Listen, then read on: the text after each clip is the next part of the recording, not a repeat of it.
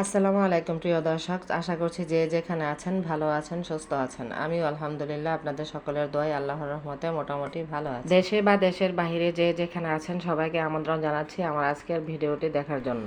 আশা করছি আপনাদের কাছে ভিডিওটি ভালো লাগবে। আজ দুপুরে এবং রাত্রের খাবারের জন্য যা যা রান্না করব সেগুলোই আপনাদের সাথে শেয়ার করব।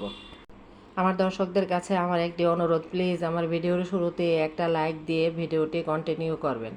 ভিডিওর কোনো অংশ যদি আপনাদের কাছে একটু ভালো লেগে থাকে তাহলে আমার চ্যানেলটিকে সাবস্ক্রাইব করে আমাকে সাপোর্ট করে যাবেন। পাশে থাকা বেল আইকনটি বাজিয়ে দিবেন পরবর্তী নোটিফিকেশনটি পাওয়ার জন্য, যাতে করে নতুন কোনো ভিডিও আপলোড করলে সাথে সাথেই আপনাদের কাছে পৌঁছে যায়। এখন বৈশাখ মাস, প্রচুর গরম পড়েছে। এই গরমের মধ্যে হালকা পাতলা খাবার হলেই সবচাইতে ভালো হয়। এই গরমের মধ্যে ভারী খাবার খেতে ভালো লাগে না, বা স্বাস্থ্যের জন্য সেটা তেমন ভালো না। আজ চিন্তা করছি যে মুরগির ডানা, পা ও চামড়া দিয়ে লাউ ও আম দিয়ে টক ডাল রান্না করব। দুপুরে প্রচণ্ড গরমের মধ্যে এই হালকা পাতলা খাবারটি খেতে যে কি মজা হবে তা বলে বোঝানো যাবে না।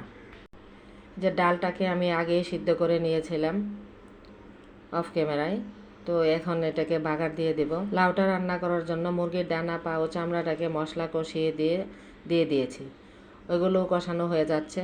আর যে ডালের মধ্যে কাঁচা আমটাকে দিয়েছি, আমটা একটু হয়ে আসলে তারপরে আমি বাগারটা দিয়ে দেব। আপনারা কে কী নামে বলেন, কি বিভিন্ন এলাকায় বিভিন্নভাবে ডাকে। কোনো এলাকায় বলে যে বাগার, কোনো এলাকায় বলে দাগানি দেওয়া, কোনো এলাকায় বলে ফোড়ন দেওয়া। তো যাই হোক, লাউটাকেও দিয়ে দিয়েছি।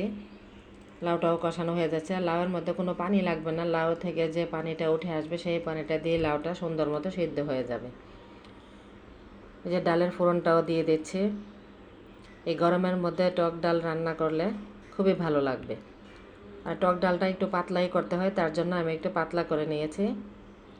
আর ধনেপাতাটাকে দিয়ে দিচ্ছি। ধনেপাতাটা দিয়ে বেশিক্ষণ রাখবো না, এতে 1 মিনিটের মতো রেখে আমি নামিয়ে নেব। এই প্রচণ্ড গরমে আম দিয়ে ধনেপাতা দিয়ে টক ডাল রান্না করলে, মানে পাতলা করে, সেটা খেতে খুবই স্বাদ হয়। আমার বাসায় আবার সারা বছর ডাল চলে না, কিন্তু গরমের সময় আসলে একটু কাঁচা আম দিয়ে ডাল রান্না করলে বা একটু তেঁতুল দিয়ে ডাল রান্না করলে সেটা খুবই মজা করে খাই।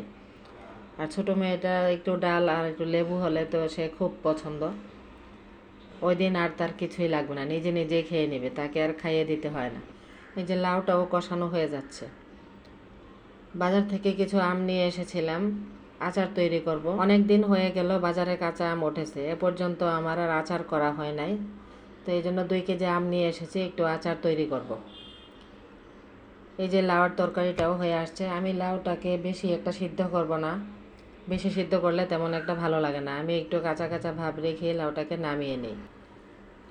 লাউটাকে সবসময় আমি প্রথমে ধুয়ে নিই, তারপরে ছিলে আবার একটু ধুয়ে নিই, তারপরে কেটে টুকরা করার পরে আর ধোয়া লাগে না। তারপরেও দেখেন কেমন পানি উঠে এসেছে। যে লাউয়ের পানিটা দিয়ে সুন্দর মতো রান্নাটা কমপ্লিট হয়ে যাবে।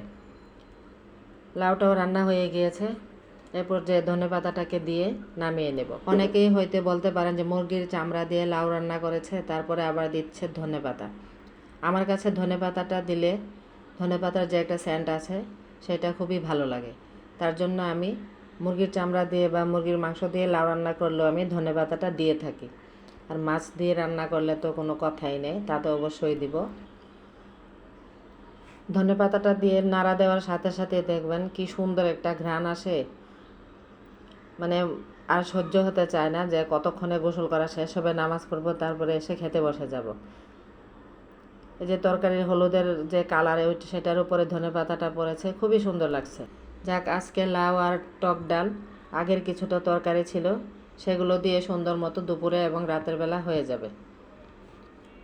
যে দেখুন লাউয়ের কালারটা কেমন হয়েছে। লাউটাও হয়ে গিয়েছে, এই যে নামিয়ে নিচ্ছি। লাউটা নামিয়ে নিয়ে নাতনির জন্য যে 2 টুকরা মাছ রেখেছিলাম, মাছটাকেও ভেজে নিই। ছোট বড় সবার জন্যই মাছের তেলটা খুবই দরকার। তো ও যেহেতু একদমই ছোট, মাত্র 15 মাস বয়স, ও আবার মাছটাকে তরকারিতে দিয়ে দিলে, মানে তরকারির মধ্যে দিয়ে রান্না করে দিলে সেটা খেতে চায় না। একটু হলুদ লবণ মাখিয়ে সুন্দর করে একটু ভেজে দিলে সেটা খেতে পছন্দ করে। তো ওর জন্যই মাছের 2টা টুকরা ভেজে নিচ্ছি। ভেজে নেওয়া হয়ে গেলে নামিয়ে নেব। এই ছিল আমার আজকের রান্না। এই যে দেখুন ডালের কালারটাও কেমন হয়েছে। যা যা রান্না করে নিলাম সেগুলোকে এই যে দেখিয়ে দিচ্ছি। টক ডালটা ছিল এটা। আর আগের দিনের জালি দিয়ে মাছের মাথা দিয়ে রান্না করেছিলাম, সেটাকেও বের করে গরম করে নিয়েছি। যে নাতনির জন্য যে 2 টুকরা মাছ ভেজেছিলাম, এই হলো সেটা। আর এইখানে হচ্ছে লাউয়ের তরকারিটা। আমার আজকের ভিডিওটি কেমন লেগেছে আপনাদের কাছে প্লিজ আপনারা কমেন্টে জানাবেন। দোয়া করি সবাই অনেক অনেক বেশি বেশি করে ভালো থাকেন, সুস্থ থাকেন। আমার জন্য দোয়া করবেন। ভিডিওটি আজ এ পর্যন্তই। আল্লাহ হাফেজ।